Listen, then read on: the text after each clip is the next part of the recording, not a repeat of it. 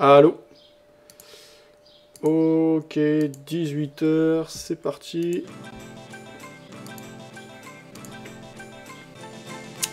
Bonjour à tous et bienvenue sur videobourse.fr pour le live de ce... Alors, on va mettre un peu moins fort. Voilà. De ce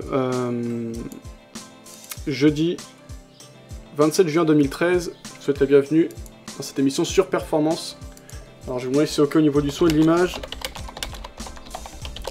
C'est une émission de trading. Alors, je vais activer la cam également. Voilà. Ok.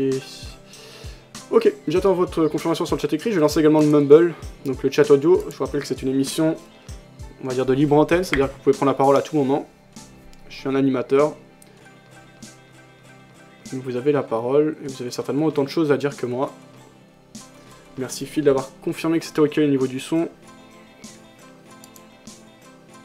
Il y a quelques personnes connectées sur le Mumble. Ok, on va partir. Salut sur Mumble. Salut chez toi. Ça va? Ça va, ça va. Salut. Ah, ça va Pedro? Bah écoute, pas mal. Je t'avais perdu de vue. Ouais, quoi de neuf? Bah écoute, pas grand chose, hein. Ça traite toujours. Ok, ça se passe bien ces dernières semaines? Plutôt pas mal, ouais. D'accord, ok. Fabrice, c'est Fabrice qui venait avant assidûment ou c'est un autre? Non, enfin, je sais pas qui c'est qui vient assidûment, mais c'est toujours moi. D'ailleurs, je t'ai envoyé un mail, tu m'as jamais répondu. Ah, ok, c'était quand que tu m'avais envoyé ce mail? Je sais pas, il y a 15 jours, 3 semaines. Hein. Ouais, bah désolé. T'as disparu. T'as disparu. Ouais, bah là, ça fait quand même un peu plus d'une semaine là que je suis revenu et que je bosse dur sur le site, etc. Mais effectivement, ouais, pendant un peu plus d'une semaine là, j'étais absent, donc ça doit être pendant cette période. Donc je suis désolé, j'ai regardé. S'il y avait des questions particulières, j'y répondrai sans problème. Non, c'est pas grave, c'était pour avoir des nouvelles. Ok, ok. Donc, du coup, maintenant, tu fais une émission le soir comme ça, c'est ça? Ouais, bah là en fait, je viens de... Là, il y a mon apport, etc. qui sont passés là par rapport à mon appartement, donc j'ai plus d'argent réel à consacrer au trading pendant quelques mois là. Donc du coup, en attendant, je pars sur...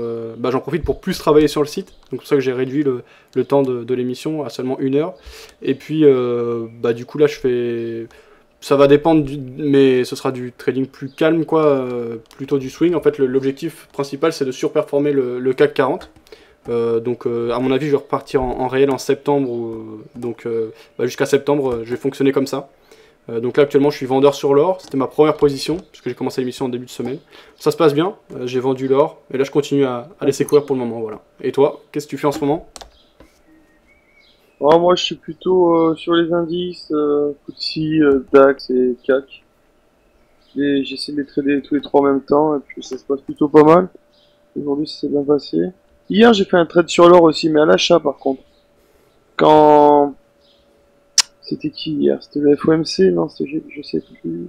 Il y avait une stat à 15 heures ou 16 heures, et j'ai acheté de l'or, et il y avait une... C'est le PIB, voilà, PIB américain. Et j'ai acheté sur l'annonce, et j'ai pris pas mal, là. Après, bon, ça c'est tout... Ça a repris la tendance de fond, mais... Et c'est assez impressionnant, l'or, effectivement. Ouais. Je sais pas si tu t'en souviens lorsqu'on en parlait, l'or, quand il était à 1600, 1700. Tout à fait, ouais. Maintenant, il a Ouais. 1200. Ah ouais, ça a bien craqué là sur l'or. C'est un beau scénario de bulle. Ouais. Alors après, jusqu'à où ça va descendre, parce que bon, on est quand même... je pense que l'or, dans le contexte actuel, va pas non plus descendre indéfiniment. Ouais, de toute façon, ouais. Après, Ouais, pour le moment bah, je reste vendeur puisqu'on est toujours dans une très grosse dynamique baissière et on a quand même des très grosses journées de baisse, donc je préfère être dans le sens de ces impulsions que contre ces dernières, mais je pense que quand on va avoir de l'excès baissier, à un moment donné, quand on va voir qu'il va commencer à avoir une accalmie, ça pourrait être intéressant si on arrive à choper un point bas, de rentrer, ou en tout cas de réfléchir à une stratégie de retour de la part des acheteurs, parce que je pense que ne serait-ce que psychologiquement, je pense qu'il y a quand même de bonnes chances qu'après une grosse baisse comme ça, il y ait une phase de correction significative sur un produit qui est considéré comme valeur refuge par beaucoup.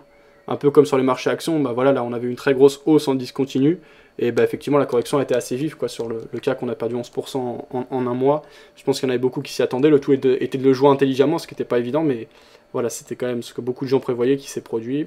C'est pas non plus une correction folle, mais voilà, on a quand même eu un bon mouvement. D'ailleurs, toi, t'en as profité de ce mouvement de baisse sur les marchés actions? Ouais, justement, grâce à ça, je m'en sors plutôt pas mal. Bien sûr, ouais, j'avais des 2-3 positions à 3900 sur le CAC. J'avais un peu de FTSE aussi. FTSE c'est bien cassé la figure. C'est bon, avant le Nikkei, c'est quand même lui qui a donné le premier signal, le FTSE. Il est plutôt pas mal lorsqu'on l'analyse. Il est plutôt bien précurseur, pardon, le FTSE, parce que c'est vraiment lui qui a donné les premiers signaux en Europe. Et ensuite, bon, bah après, ça a dégringolé comme tout le monde sait, quoi. Mais là, on a assisté à un beau rebond. C'est plutôt intéressant, quoi. 3006, c'est véritablement la zone support. Hein. Faut vraiment faire attention à cette zone parce qu'à chaque fois qu'on vient la toucher, on reprend facilement 100, 150 points. Quoi. Effectivement, oui, oui, tout à fait. 3006, ça fait un bon petit moment que ça dure. Et il y a des très belles réactions. Hein. C'est depuis le mois de décembre 2012, mais on a eu 1, 2, 3, 4, 5, 6 réactions précises, enfin assez précises sur ce seuil, quoi. Et donc une septième Ouais, aujourd'hui, les acheteurs, ils sont enfin, vraiment... il y a quelques jours. Ouais, tout à fait. Les acheteurs, ils nous attendent vraiment ici, quoi. Là, j'ai la sensation que toutes les positions vendeuses se ferment à ce niveau-là, donc c'est pour ça qu'on a un rebond. Mais bon, là, faut voir, ça va être bientôt l'été. Je pense qu'on peut, si on peut casser ce seuil, c'est ça l'été, quoi. Ok, quand tu dis c'est bientôt l'été, qu'est-ce que ça implique d'après toi? Ouais, enfin, c'est bientôt l'été, on sait un peu tous que pendant la période égale, les opérateurs sont quand même moins lents, ils liquident quand même les fonds, ils liquident pas mal de positions, donc généralement, il y a quand même beaucoup moins de temps de tendance acheteuse. Enfin, après, c'est statistiquement, hein, après, je sais pas si... D'accord, ouais, en fait c'est en ligne avec l'adage say in May and go away en fait. Exactement. Ok. Ok, ok. Pas du tout. Alors, Fabrice, toi, est-ce que tu as des positions actuellement? Pardon? Est-ce que tu as des positions actuellement? Non, non, moi j'ai fini une journée là. D'accord. Et aujourd'hui, tu avais tradé quoi? Le DAX. D'accord. Ça s'était bien passé? Tu avais tradé dans le sens du mouvement ou tu étais plutôt contrarian? Non, non, plutôt dans le sens de la tendance, quoi. Et ça va, ça s'est bien passé. Ok.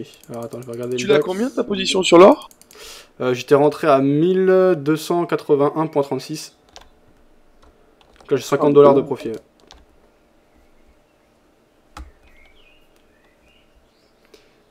Vraiment précurseur aussi cet or. Hein. Chaque fois qu'on a un gros mouvement, on a un gros mouvement sur les marchés après. C'est vraiment la valeur à surveiller aussi.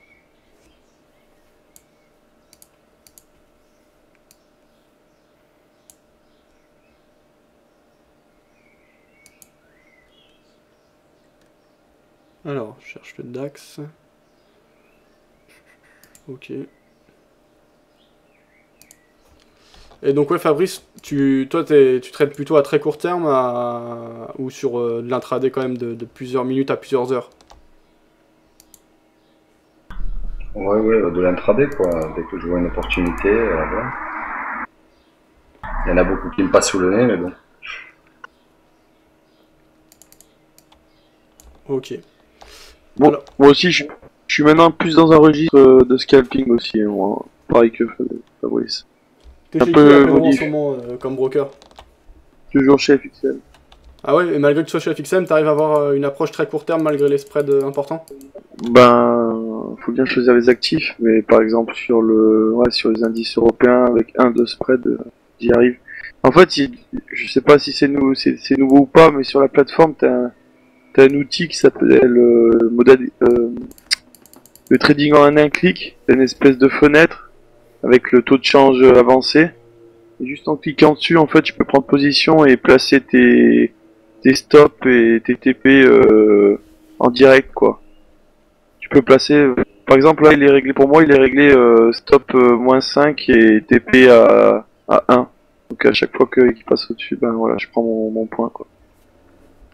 D'accord. Et t'arrives à être profitable comme ça? J'ai pas compris. Si t'arrives à être profitable, parce que du coup, ouais, par contre, le moindre stop loss, qui est quand même un stop loss assez resserré, 5 points, bah, ça te coûte. Bah, en fait, ça te fait perdre 5 fois 5 take profit, quoi. Ouais, mais bon, faut bien choisir les positions. Oui, ça m'arrive de me faire stopper de toute façon. J'ai pas 100% des trades gagnants, mais bon, j'essaie d'équilibrer un peu.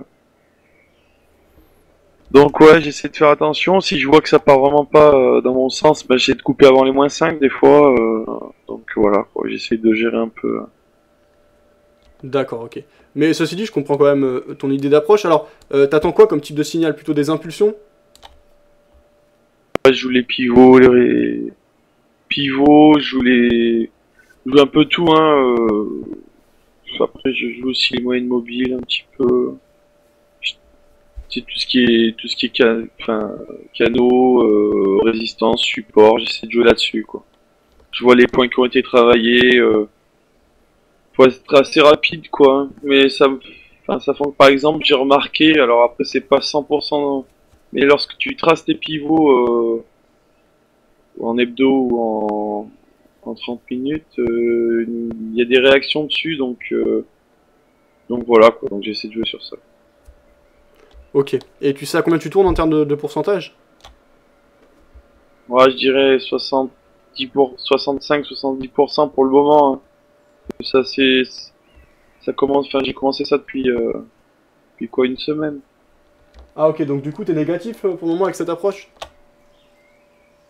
Bon, en fait, si tu veux, je sais pas si c'est très intelligent ce que je fais, mais par exemple, si j'ouvre un trade, admettons, sur un indice à 1 euro à 1 euro le point, comment t'expliquer? Si je perds le trade, par exemple, ben, je double tout de suite le deuxième trade que je prendrai par la suite. Tu vois ce que je veux Ok, dire? ouais, bien sûr. Bah, après, ouais, c'est un système de martingale. Après, pourquoi pas, mais c'est qu'il faut bien réfléchir et savoir où on met les pieds, quoi, avec ce type d'approche. Exactement. Et parfois aussi, je suis pas toujours en TP à 1, hein, je laisse courir des fois. Hein. Donc ça fonctionne plus. Des fois, ça fonctionne plutôt bien. D'accord, ok. Mais bon, il y a des pertes, hein. C'est pas si ça c'est garanti. Ok. Ok. Alors, ben, on va enchaîner Plutôt avec... difficile comme approche dans le sens où tu joues contre des robots, quoi. Donc, bon. Alors, sur le chat écrit, il y avait Stevie qui disait ok, et tu comptes t'y mettre à l'avenir. Il me parlait des futurs. Il y a l'US Oil là, qui est reparti. Alors, Stevie, pour te répondre, oui, bien sûr, j'en ai déjà parlé lors des émissions précédentes. Effectivement, oui, ça va être une des. Et toi, ton approche reste toujours la même ou pas? Bah là, en ce moment, j'ai pas d'approche particulière. En fait, je vais regarder ce qui se passe. Et quand j'ai des opportunités intéressantes, je réfléchis et j'élabore une stratégie spécifiquement par rapport au contexte. Donc là, par exemple, sur l'or, en l'occurrence, c'était pas grand chose d'innovant par rapport à ce que je faisais d'habitude, puisque si ça se passait bien, je laissais courir avec ma taille de position. Si ça se passait mal, je coupais 3 fois un tiers en fait. Donc voilà, là du coup ça a bien accéléré, donc j'ai pu laisser courir. Donc j'avais 1 mini lot à la vente. Voilà, donc là je prends 3,93% par rapport à mon capital. On a toujours une bonne impulsion baissière. Le mouvement est toujours fort. Aujourd'hui, on n'a pas eu de poursuite de la dynamique baissière, mais on n'a pas eu de remise en question non plus de cette dernière. Donc pour le moment, je laisse filer. Derrière, si demain par exemple on a un retour des acheteurs ou une phase de consolidation qui commence à durer, je prendrai le bénéfice. Mais pour le moment, c'est pas le moment. Donc tant qu'on est en impulsion, bien, je laisse courir simplement.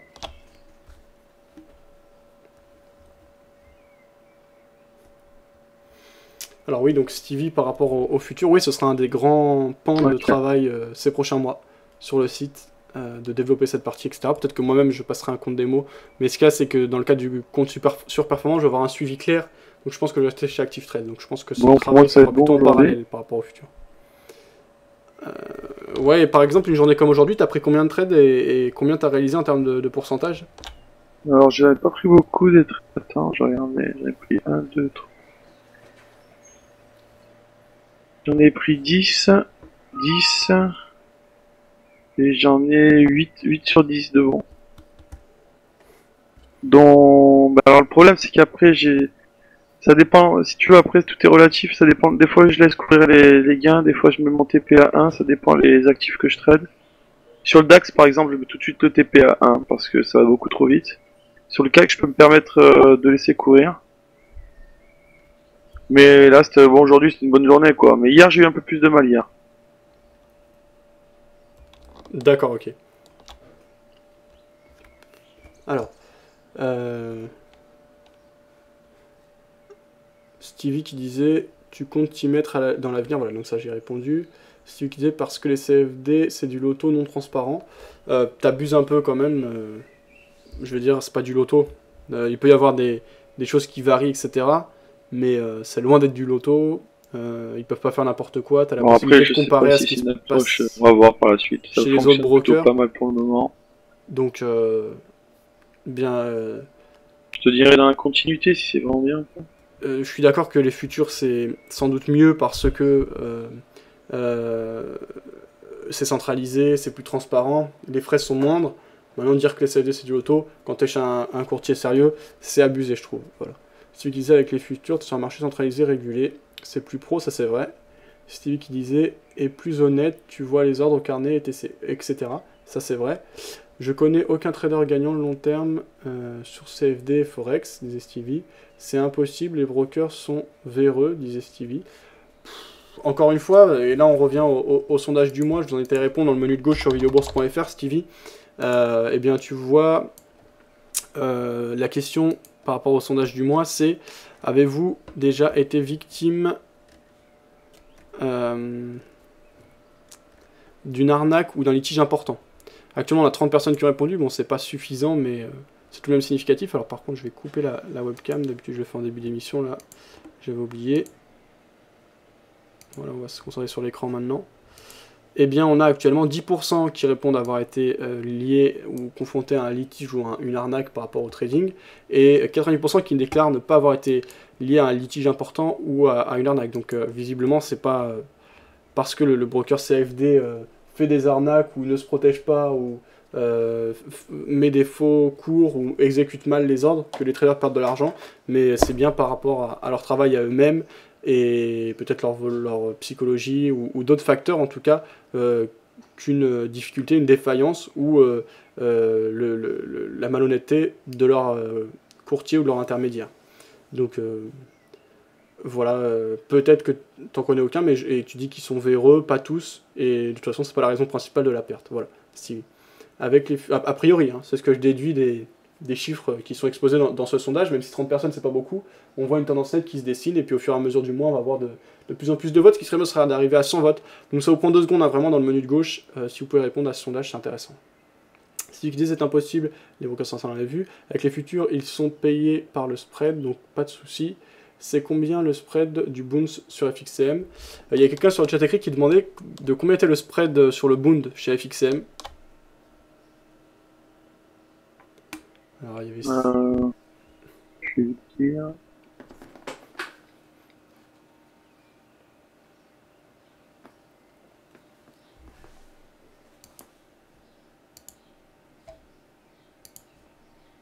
Bah, j'ai 3, mais je sais pas si... Ouais, c'est en moyenne. Alors, pardon, j'ai mal entendu, ça a coupé.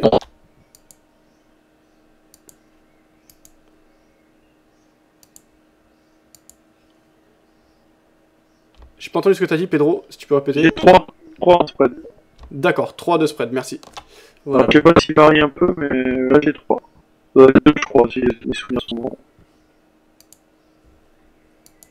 Oh, ok, donc voilà, Stevie, t'as ta réponse. Ça, on avait vu. Comment l'espace, on avait vu. Stevie qui disait vous avez des nouvelles de New Cause? Non, pas de nouvelles de New Cause pour ma part. Il avait laissé quelques commentaires quand il s'est disputé avec FXM sur une de mes vidéos, notamment quand je t'ai filmé dans les locaux de FXM, justement. Il n'y a que toi qui parle, Stevie, disait Chris. Eh bien, n'hésitez pas à participer. Chris, tu souris, alors je sais pas trop ce que veut dire ce sourire, mais n'hésite pas à participer. Voilà, c'est... Et oui, alors peut-être que Chris n'a pas compris. Mais...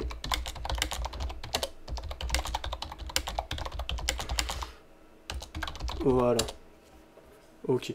Alors, on va enchaîner avec les analyses du jour. Donc, sur l'or, eh bien, le mouvement de baisse, comme j'ai dit tout à l'heure, n'a pas été remis en question. On est toujours sur une dynamique baissière assez forte. Des acheteurs qui reviennent tout doucement, mais il n'y a pas de mouvement franc. Une dynamique de fond, donc toujours baissière. Bon, on peut tracer la résistance, mais même pas besoin. Je vais la supprimer, en fait. Donc, pourquoi il me... Qu'est-ce qu'il a, là? TKT bug. Ok. Alors, voilà, donc, alors sur l'or, pourquoi je m'intéresse particulièrement ici en graphique journalier? Bien parce que c'est le produit sur lequel on est exposé, dans le cadre de notre compte surperformance, dont l'objectif est de surperformer le CAC 40. Donc là, on est toujours sur une dynamique de fond fortement haussière.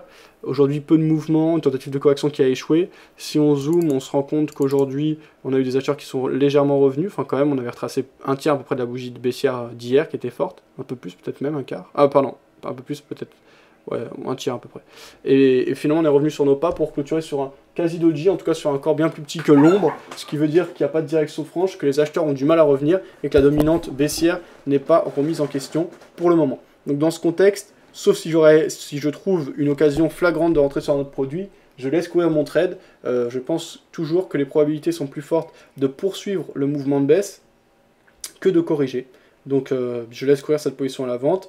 On est à 50 $ de profit par once d'or, ce qui revient à 383 €, donc 3,8% de profit par rapport au capital, ce qui est très bien. C'est vraiment une belle position. On va essayer de continuer à en profiter. Il n'y a pas de raison de couper ou de vouloir prendre son gain de manière brusque. Il n'y a pas de raison pour le moment. Donc si demain on a une grosse bougie haussière, si on a une accalmie qui dure, comme je dis, je prendrai le bénéfice. Pour le moment, on est toujours sur impulsion baissière. Alors si on prend du recul, donc on a cassé une zone de support importante qui était vers les 1300 $. On est bien en dessous. Là, on a une potentielle zone de support. En tout cas, on a une petite réaction pour le moment sur ces 1228 parce qu'on avait... c'était une ancienne zone de résistance qu'on avait vu ici. Donc on revient à tester. Ça peut jouer maintenant un rôle de support. En tout cas, c'est un seuil qui avait amené des réactions. En dessous, on peut avoir un prochain seuil qui serait à 1161 si le mouvement de baisse devait se poursuivre. Donc ce sera un seuil assez bas. Notre objectif est à 1170, objectif optimal. Donc si on doit accélérer, on sortira à 1170, ce sera un très beau profit. Ça fera quasiment 200 $ par once d'or de bénéfices. Là, actuellement, voilà, on stagne sur ces 1228. Eh bien, on verra et on s'adaptera au contexte du marché. Donc voilà ce que j'ai à dire sur l'or. Donc toujours belle dynamique de fond, toujours grosse force vendeuse qui n'est pas remise en question, donc je laisse courir cette position à la vente. Alors sur le chat écrit, il y avait Stevie qui disait j'ai pas bien entendu le spread du Boon, désolé, c'était 3 Stevie, 3 chez FXM, voilà ce qu'il a dit Pedro. Alors on va enchaîner avec d'autres produits, l'eurodoll. Alors euro-dollar, assez calme ce jour, on a eu un léger retour de la part des acheteurs, mais rien de flagrant. Alors 2 petites secondes s'il vous plaît, je reviens.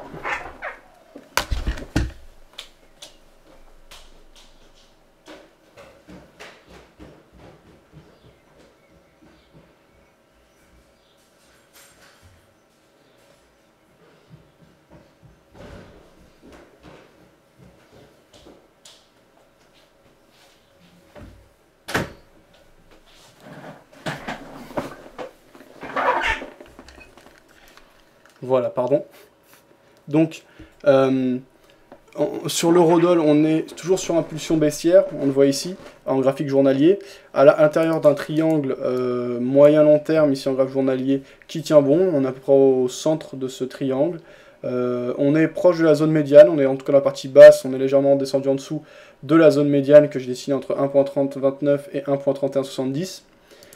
Pour moi, c'est pas un produit qui m'intéresse particulièrement. Quelle conclusion? Honnêtement, pas de conclusion, ça sert à rien de dire n'importe quoi. On n'a pas de direction claire techniquement. On hésite. On est proche d'une zone médiane à l'intérieur d'un triangle. Bon, on a commencé une belle impulsion baissière, donc pourquoi pas continuer le mouvement vers le support. Donc un retour vers la partie basse du triangle. En tout cas, pour l'instant, c'est plutôt ce qui se dessinerait. Un retour vers les 1.2840, 1.2850 à terme. Ça dépend combien de temps on va mettre. Mais voilà, pas de direction franche, ça m'intéresse pas des masses. En tout cas, par exemple, je suis bien plus content d'être vendeur sur l'or que de devoir intervenir sur cet euro-dollar qui ne donne pas de signaux particuliers. Alors, le dollar-yen. Sur le dollar-yen, on a une journée qui n'a pas été très volatile. On a eu une hausse. Bon, on a quand même eu du mouvement, un peu plus que les jours précédents d'ailleurs. On a eu une hausse, on a eu une ombre, on reste dans la même zone que précédemment. Donc on n'est pas en tendance, on est en phase de consolidation depuis pas mal de jours, de manière assez resserrée. On a eu une impulsion baissière depuis les plus hauts qui avaient été marqués en mai, le 22 mai, et on a retracé 38,2% de l'ensemble du mouvement de hausse qui avait été marqué depuis la politique de dévaluation du yen menée par la Banque centrale japonaise. Dans ce cadre-là, bon, on a une espèce de pullback, donc si on a un beau retour des vendeurs, je serais plutôt vendeur. Si les acheteurs reviennent, à ce moment-là, j'attendrai carrément la cassure des précédents plus hauts pour repasser à l'achat. Là, donc, j'attendrai par exemple une belle englobance baissière ou une grosse baisse pour rentrer de nouveau à la vente. On a eu quand même des phases d'excès par rapport à la Banque Centrale Européenne qui a amené beaucoup de spéculation. L'excès appelant l'excès, on peut avoir des phases de correction plus prononcées, d'autant que là on est revenu au-dessus de 23,6, donc pourquoi pas, si on a un beau signal de vente, jouer un retour vers les 38 points qui avaient déjà été testés, donc les plus bas qui avaient été marqués il y a quelques jours, en l'occurrence le 14 juin dernier. Voilà, donc sur dollar yen, pas de signaux francs pour le moment, donc pas grand chose à faire. Alors, sur le chat écrit, qu'est-ce qui se dit? Qui disait tu vas aller chez qui pour les futurs?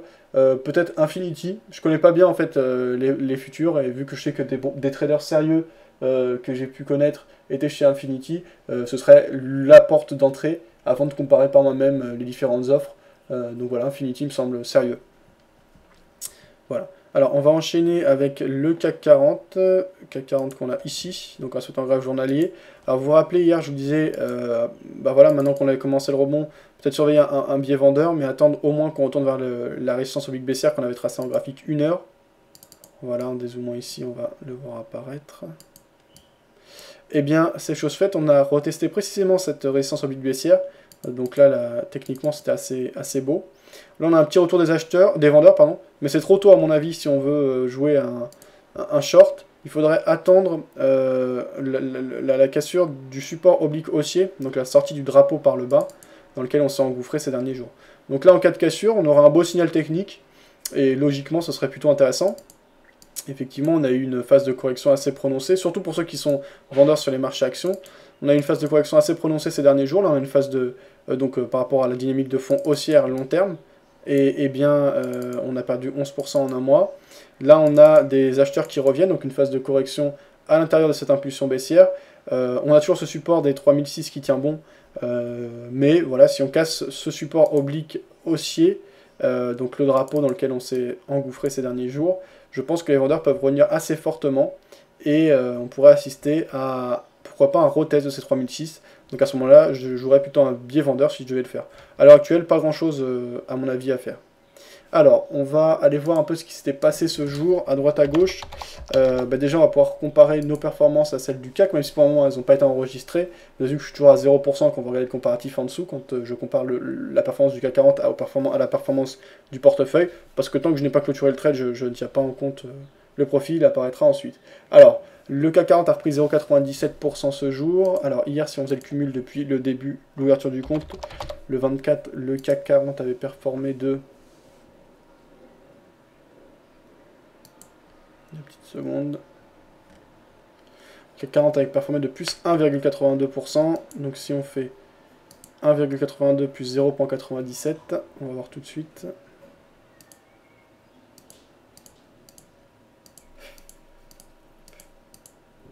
Ça nous fait du 2,79% sur le CAC, donc on surperforme toujours le CAC 40, puisque actuellement on gagne 3,8% avec notre profit sur l'or, mais profit qui n'est pas clôturé, donc pas encore concrétisé. Tiens, une petite info, vous pouvez voir en haut de la page d'accueil, la vidéo principale, là, c'est une interview que j'ai fait de Benoît Fernandez-Riou, qui est trader, il est consultant auprès de grandes banques, donc c'est quelqu'un d'assez sérieux, il est également trader pour compte propre, et il a écrit 2 livres intéressants. C'est une interview longue, puisqu'elle dure plus de 30 minutes, que j'ai fait à La Défense. Il y a un travail derrière de réalisation, de montage, etc. Voilà, j'ai fait exprès pour mettre en avant cette vidéo que je juge assez intéressante. C'est quand même bien d'avoir le point de vue de quelqu'un qui est en contact direct avec voilà, c'est BNP, Crédit... Alors, est-ce que c'est Crédit Agricole ou Crédit Lyonnais, je sais plus, et d'autres très grandes banques françaises. Il donne sa vision sur le trading, sur les marchés, sur la psychologie, le money management et la méthode. C'est assez intéressant. Voilà, je vous invite à découvrir ça. Alors, ce qui s'est passé ce jour, Union Européenne, début du sommet sur la lutte contre le chômage des jeunes, déficit public, la Cour des comptes, pardon. Déficit public, la Cour des comptes, alors mince, pardon. Voilà, la Cour des comptes a malheureusement raison selon Hero.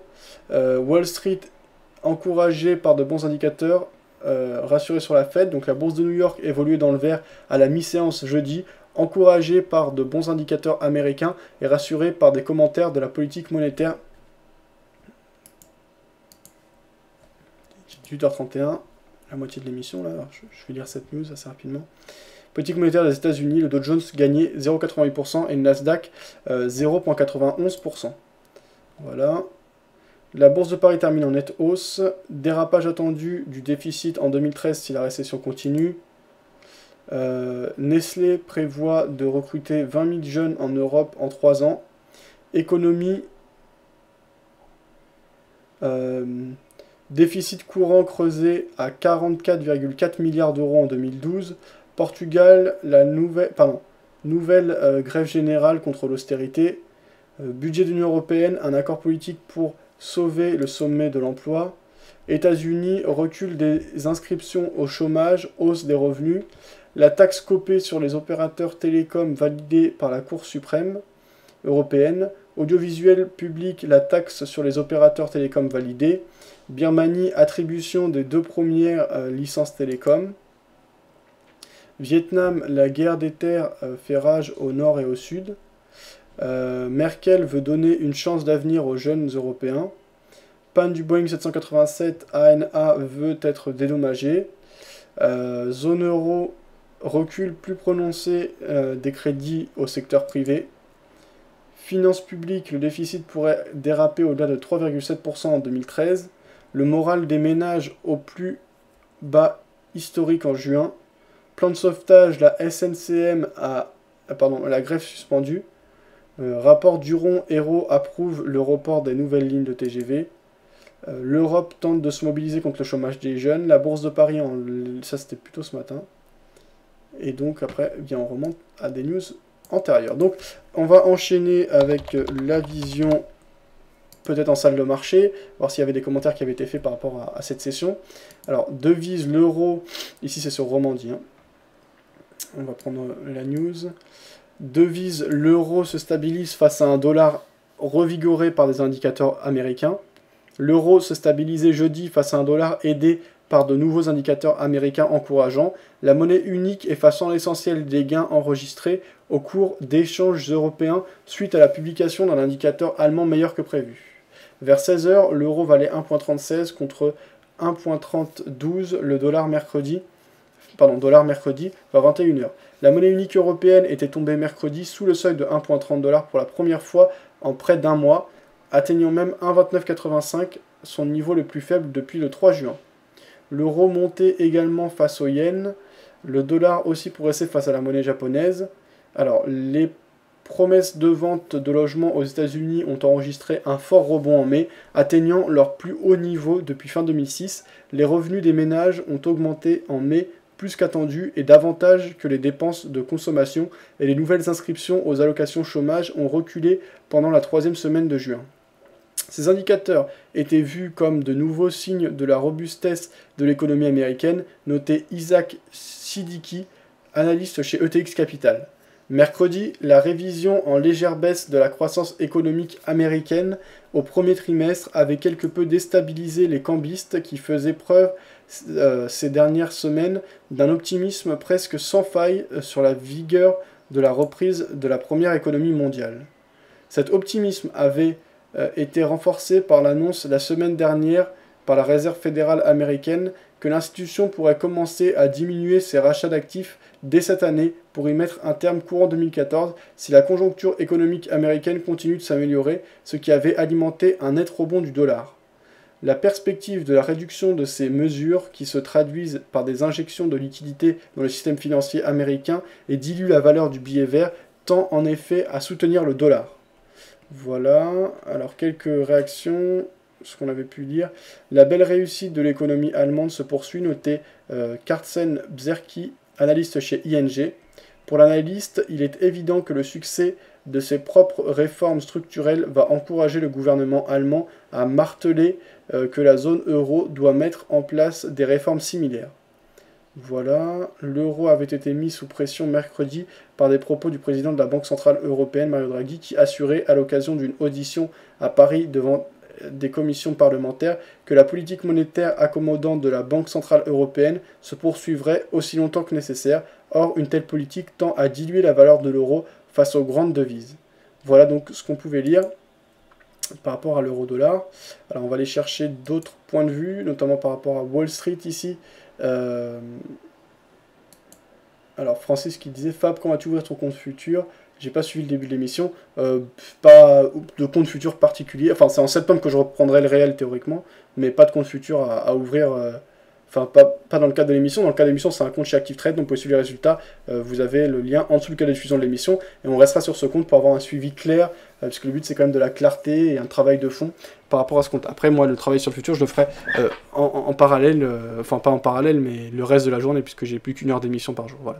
Alors, la bourse de New York évoluait dans le vert à la mi-séance jeudi, encouragée par de bons indicateurs américains et rassurée par des commentaires sur la politique monétaire des États-Unis. Ça, on avait vu tout à l'heure.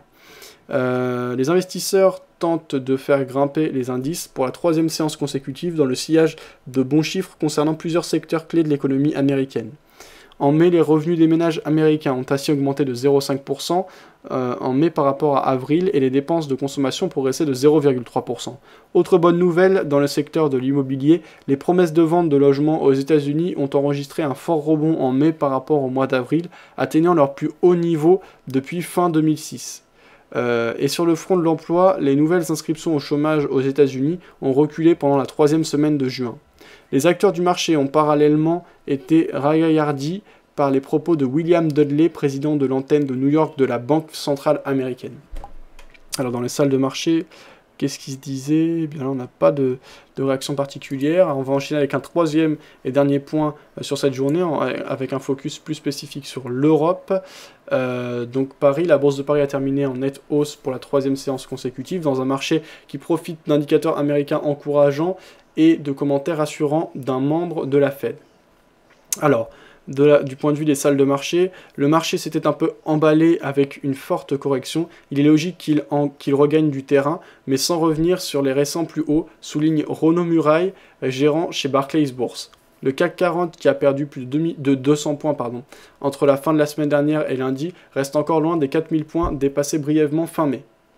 Les investisseurs ont bien accueilli plusieurs statistiques américaines jeudi.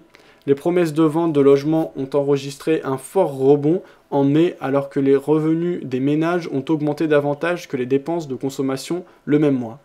Par ailleurs, les nouvelles inscriptions au chômage ont reculé pendant la troisième semaine de juin.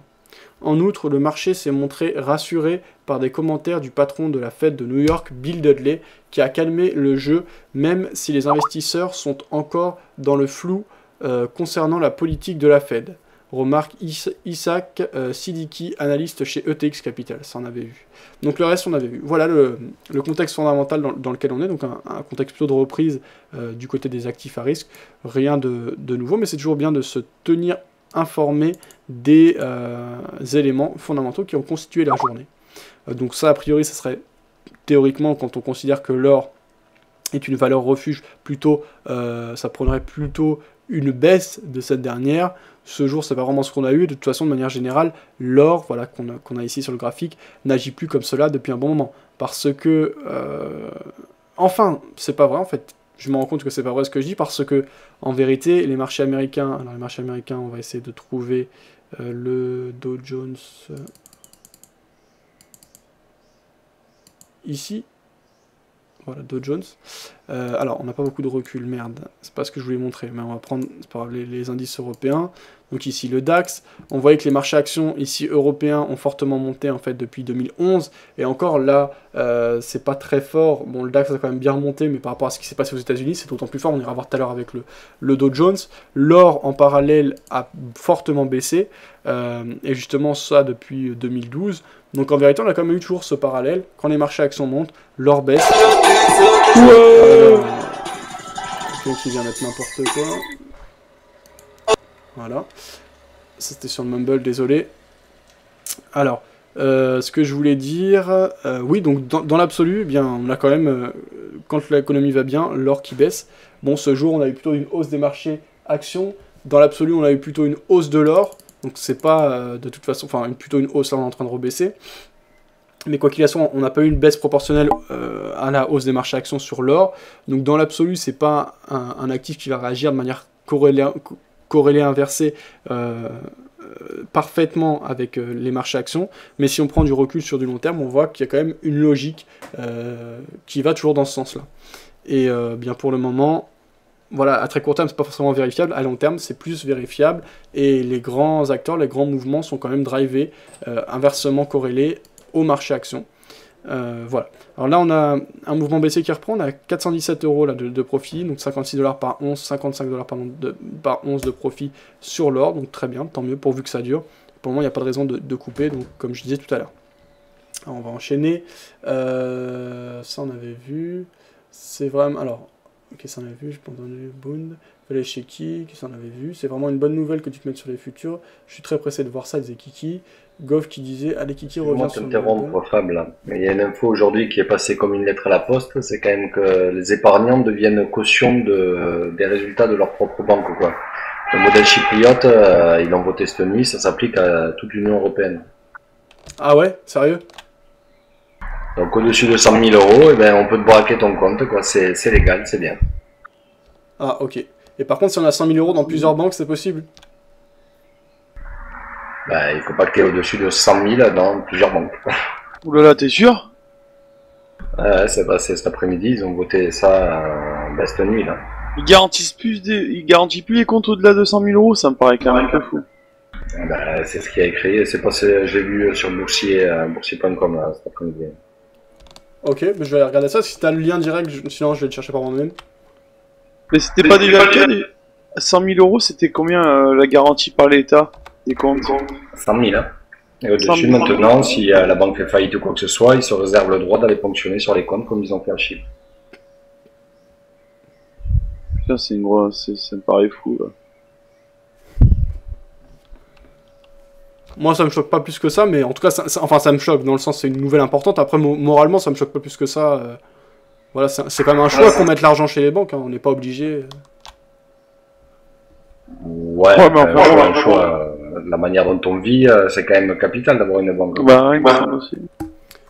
Ouais, alors après, ça dépend comment c'est articulé, mais si tu dis par exemple que finalement on peut mettre jusqu'à 100 000 chez chaque banque, ça pose pas trop de problème.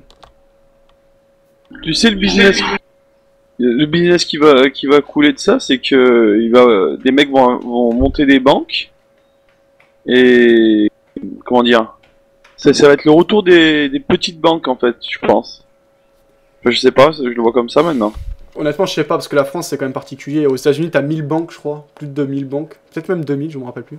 Mais en France, t'en as que 6, c'est quand même pas une mince affaire que de monter une banque, je pense, en France. Hein. C'est pas n'importe quel gus qui peut arriver et dire non, mais je comprends bien, mais pas, tu sais, des dépôts quoi, qui garantissent tes fonds, enfin, tu me comprends? Ouais, mais c'est qui à part les banques en France? Qui a la licence bancaire? Je crois qu'il y a que les banques en France. Hein. Ouais, je crois aussi. Sinon, c'est dans l'immobilier, quoi, mais bon.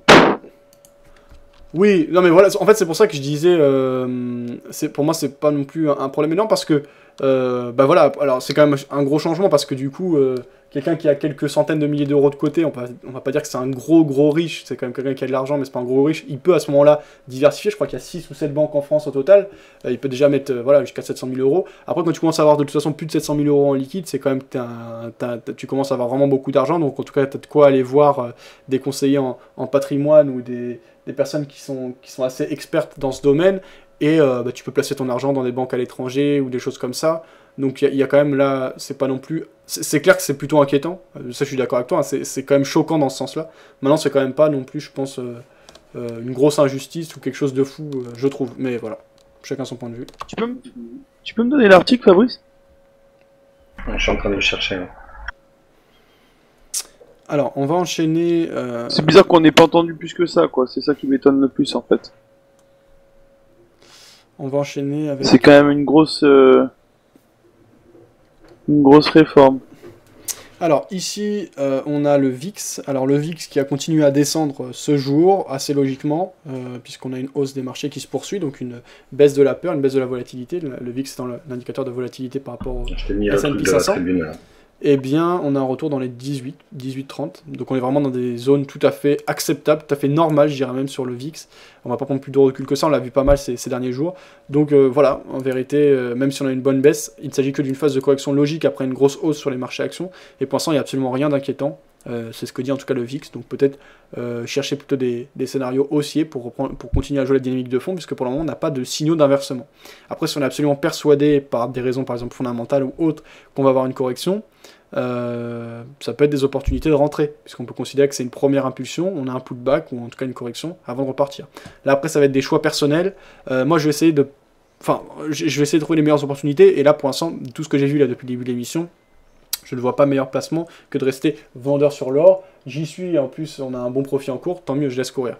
Voilà. Alors, on avait le lien de Fabrice, je vais vous faire partager également, je vais vous lire ce qu'il disait ici, c'était sur la tribune. Merci Fabrice. Il y a Phil qui réagissait à ça. La tribune, faillite bancaire, accord à l'arraché avant la réunion au Conseil européen. Les ministres européens des Finances ont trouvé dans la nuit de mercredi à jeudi un compromis pour restructurer ou liquider les banques en difficulté tout en épargnant les contribuables. Un succès obtenu de haute lutte à quelques heures d'un sommet européen. Il s'agissait d'un point de blocage pour l'obtention d'un accord européen sur la résolution bancaire après une première réunion marathon de plus de 18 heures la semaine dernière à Luxembourg. Après plus de 6 heures de discussion, les ministres des Finances européens sont parvenus à un accord sur le degré de flexibilité laissé à chaque État dans la résolution des crises bancaires. Entrée en vigueur en 2018. Ah, et par contre, ils disent entrée en vigueur seulement en 2018. Hein. Deux groupes de pays s'opposaient. Un recours à l'argent public sera toujours possible. Il était temps. Bon, voilà. Alors après, je vous laisse lire plus en détail. Je vous ai mis le lien sur le chat écrit. Eh bien, voilà, ceux qui veulent lire peuvent avoir plus d'informations. Ça, on avait vu.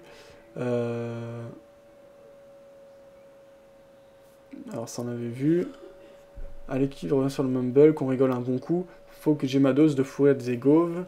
Fab, quand vas-tu ouvrir ton compte futur? Je sais pas si ça en avait vu. Il y a beaucoup d'entreprises qui ont 100 000, disait Phil. Express, business. L'Allemagne veut sauver les banques en difficulté en opérant une protection sur les dépôts... L'Allemagne veut sauver les banques en difficulté en opérant une ponction sur les dépôts et les actifs de 8%. Alors ça a été publié le 24 juin dernier. Samedi, les ministres des Finances de l'Union européenne ne sont pas parvenus à se mettre d'accord pour garantir la suivi des banques en difficulté au terme de 20 heures de discussion. Mercredi, ils poursuivront les débats pour tenter de parvenir à une solution avant le prochain sommet européen de jeudi et vendredi. Le ministre des Finances allemand Wolfgang Schäuble a proposé que les actionnaires et les créanciers et les déposants et titulaires de comptes subissent une ponction de 8%, affirmant que cette solution demeurait plus favorable pour eux, car leur perte serait beaucoup plus importante si les banques faisaient faillite. Voilà donc ce qu'on pouvait lire. Donc ça aussi c'est un article intéressant à ce sujet, partagé par Phil. Qu'est-ce que je voulais dire de plus? Oui, je voulais juste rebondir, ça n'est pas directement lié, c'était plus lié à l'affaire Cahuzac. Un ex-banquier suisse, donc c'était partagé ça, je sais plus par qui, sur le chat, c'était une vidéo, c'était Phil aussi, c'était une vidéo très intéressante.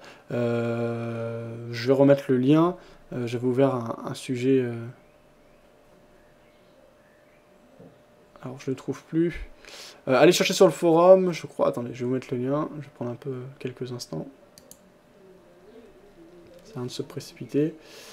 Ok, témoignage de Pierre Condamin, Gerbier, ancien banquier suisse. Voilà, je vous copie la résumé. C'était Phil qui m'avait fait partager cette vidéo. Un témoignage très intéressant. Et on se rend compte que nombreux sont les politiques qui sont dans le même cas que Jérôme Cahuzac, d'après ses dires. Et c'est un monsieur qui a l'air tout à fait crédible. Je vois pas l'intérêt qu'il aura à mentir, en tout cas.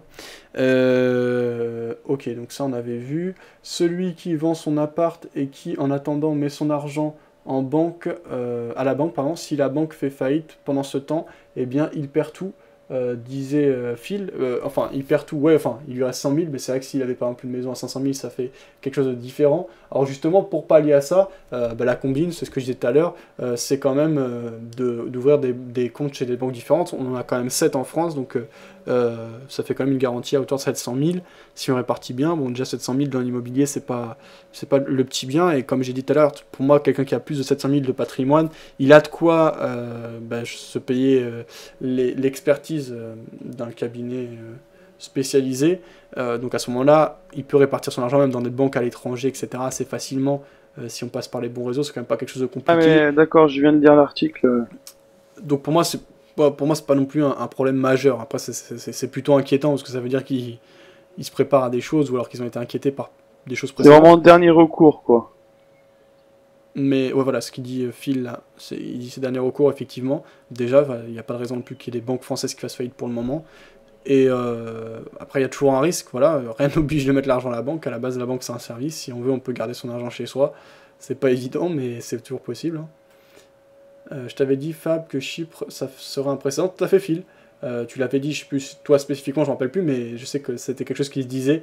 Et effectivement, c'était un précédent. C'est pas tellement d'accord. Phil disait, une chambre de bon appareil, c'est 100 000 K, disait Phil. Ok. Alors, on va enchaîner. Il est déjà 18h52, putain, c'est passé trop vite. On va essayer de regarder quelques actifs. Pour l'instant, je laisse courir l'or, comme je disais.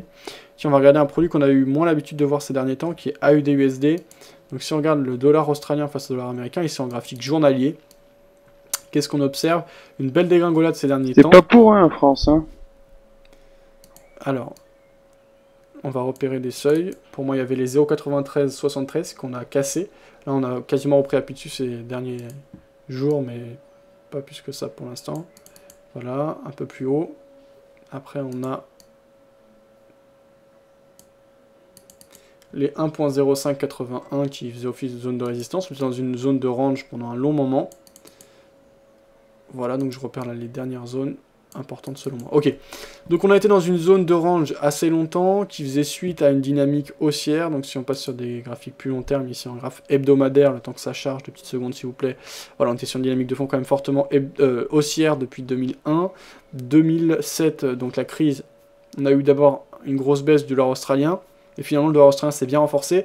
Il a notamment profité des gros taux d'intérêt proposés par l'Australie et les pays océaniques, également de la stabilité de ces derniers, également le fait que ces derniers soient les fournisseurs de matières premières de la Chine qui a complètement explosé ces 10 dernières années. Donc c'est des zones géographiques qui ont bien tenu, donc des monnaies qui ont joué un rôle de valeur refuge à double raison. Premièrement, des gros taux d'intérêt garantis par les banques, donc ça attire en période d'inquiétude, ça attire des capitaux bien sûr, donc ça renforce la monnaie, ce qui est le but d'ailleurs des forts taux d'intérêt. Ensuite, l'idée de la part de la Banque centrale, c'est de baisser ces taux une fois qu'ils ont attiré assez de capitaux pour stabiliser et crédibiliser leur monnaie.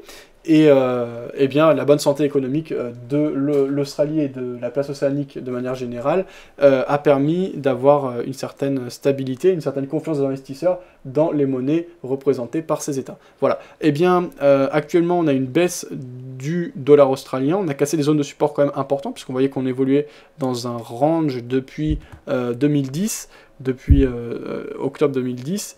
Donc une borne basse que je dessinais entre 0,9373 et 0,9570, et une borne haute que je dessinais entre 1.0848 et 1.1016.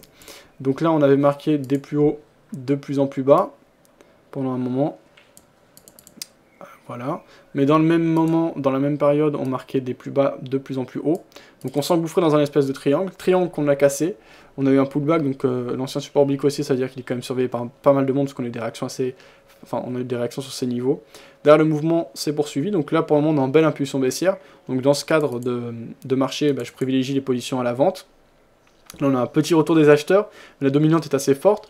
On peut voir une espèce de corrélation avec l'or qui n'est pas parfaite, mais on a eu en tout cas des mouvements voilà, ces derniers temps, qui sont assez comparables.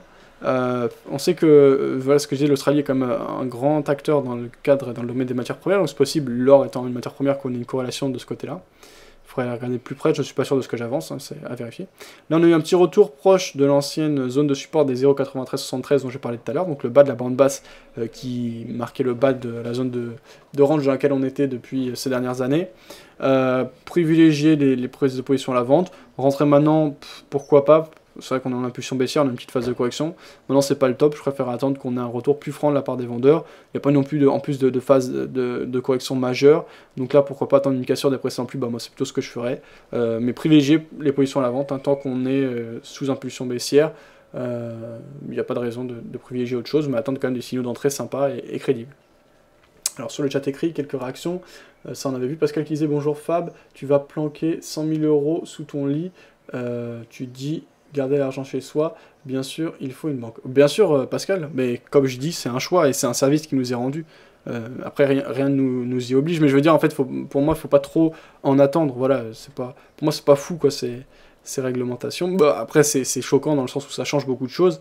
Maintenant, on est libre. En plus, il y a des banques à travers le monde, dans des pays quand même assez stables et sérieux. Donc, à partir du moment où on a un certain niveau d'argent, je pense qu'on peut assez facilement quand même mettre de l'argent en sécurité. Et voilà, c'est ce que je voulais dire en fait, Pascal. Phil qui disait Veracart, commission prélevée par opération, paiement par carte en euros. Alors c'était quoi? Mon or, ma carte, ma monnaie. C'était quoi ce que tu nous as fait partager, Phil? Moi j'attends encore une baisse de l'or et j'ouvre un compte chez eux. Sérieux, disait Matt. Alors je vais aller voir ce dont il s'agit, comment ça marche. Alors c'était Veracard, vous avez le lien sur le chat écrit pour ceux que ça intéresse. Dépôt par carte bancaire, virement, chèque, espèce, PayPal, avoir au coffre, sans limite dans le temps épargne disponible. Débit, alors on peut payer en boutique, au distributeur de billets, sur des transactions en ligne, avoir des euros, des livres, du dollar, etc. Veracart, explication du principe. Vous déposez une somme d'argent sur votre compte Veracart. Cette somme d'argent est automatiquement transformée en or physique et conservée en coffre. Alors ça c'est très bien. Alors après, est-ce qu'on peut y aller dans le coffre? C'est ça qui sera intéressant parce que effectivement, si on peut aller au coffre, c'est une vraie garantie puisqu'on sait qu'on peut occuper notre or à tout moment. La somme va ensuite fluctuer selon la valeur de l'or. Votre réserve d'argent, c'est-à-dire votre épargne, est disponible à tout moment puisque la Veracart est affiliée à Mastercard et s'utilise comme n'importe quelle autre carte, paiement en magasin ou sur internet, retrait en distributeur, etc. Enfin, vous êtes en totale possession de votre argent et vous pouvez le récupérer quand vous le désirez. Veracart, effectue un paiement ou un retrait. Ok, bah pourquoi pas, après il faut voir exactement les frais, etc. Je connaissais pas, c'est intéressant. Merci pour le partage, Phil. Ça on avait vu. Quel live anthologique avec ce carré de valet en direct, disait Chris. Un steak de gagner encore, c'est fou, heureusement que j'ai un congélateur chez moi et la cave de ouf. Chris, tu m'as fait rêver, disait Phil qui laissait un lien. On va aller regarder ça. Alors justement, c'était une explication par rapport à Veracart. Alors, on va pas pouvoir l'écouter dans le cadre de l'émission, de toute façon, c'est bientôt la fin, là. Mais vous pouvez aller consulter ça. Merci, Phil. Hein. Très intéressant. Tu m'étonnes, si avec ça, je fais pas rêver tout le monde, je comprends pas, disait Chris, ok. Alors, Chris, toujours dans le poker et dans les paris annexes, donc ceux qui s'intéressent aux autres types, vous pouvez aller regarder le site de Chris, ses lives, etc. Enfin, le contenu gratuit, je crois qu'il y a une partie payante. Après, chacun fait ce qu'il veut. Alors, 429 €, donc pour le moment, l'or continue à baisser. J'ai fini mon étude du jour, qui est un peu raccourcie, parce qu'on a pas mal discuté, débattu sur des sujets annexes. C'est vrai qu'une heure, c'est un peu court, mais c'est aussi beaucoup plus rythmé, donc je sais pas ce que vous en pensez. C'est quand même un modèle intéressant, moi ça me permet de beaucoup plus travailler sur le site et d'avancer sur des choses plus longues. En tout cas, par rapport au compte surperformance, l'objectif est de surperformer le CAC 40. Pour le moment, une semaine, bientôt, demain ça fera une semaine après le lancement du compte, c'est mission accomplie. On va continuer à travailler sérieusement. J'ai pas de placement mieux que l'or actuellement, donc je laisse courir cette position. On est sur une belle dynamique de fond baissière, une belle impulsion. Donc ça fait peu de positions, parce qu'on n'a pris qu'une seule position depuis le début de la semaine. L'idée étant de surperformer le CAC, c'est pas forcément de faire beaucoup de positions.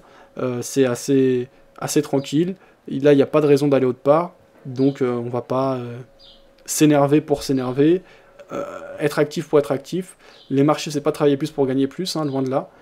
Il faut être intelligent, raisonné, calme. Actuellement, on a une belle configuration, on en profite. Tant mieux. il n'y a pas grand chose de plus à dire et je continue à laisser courir cette position qui s'élève avec un profit désormais de 430 €, soit 4,3% de profit par rapport à la balance initiale. Ça on avait vu, très bien.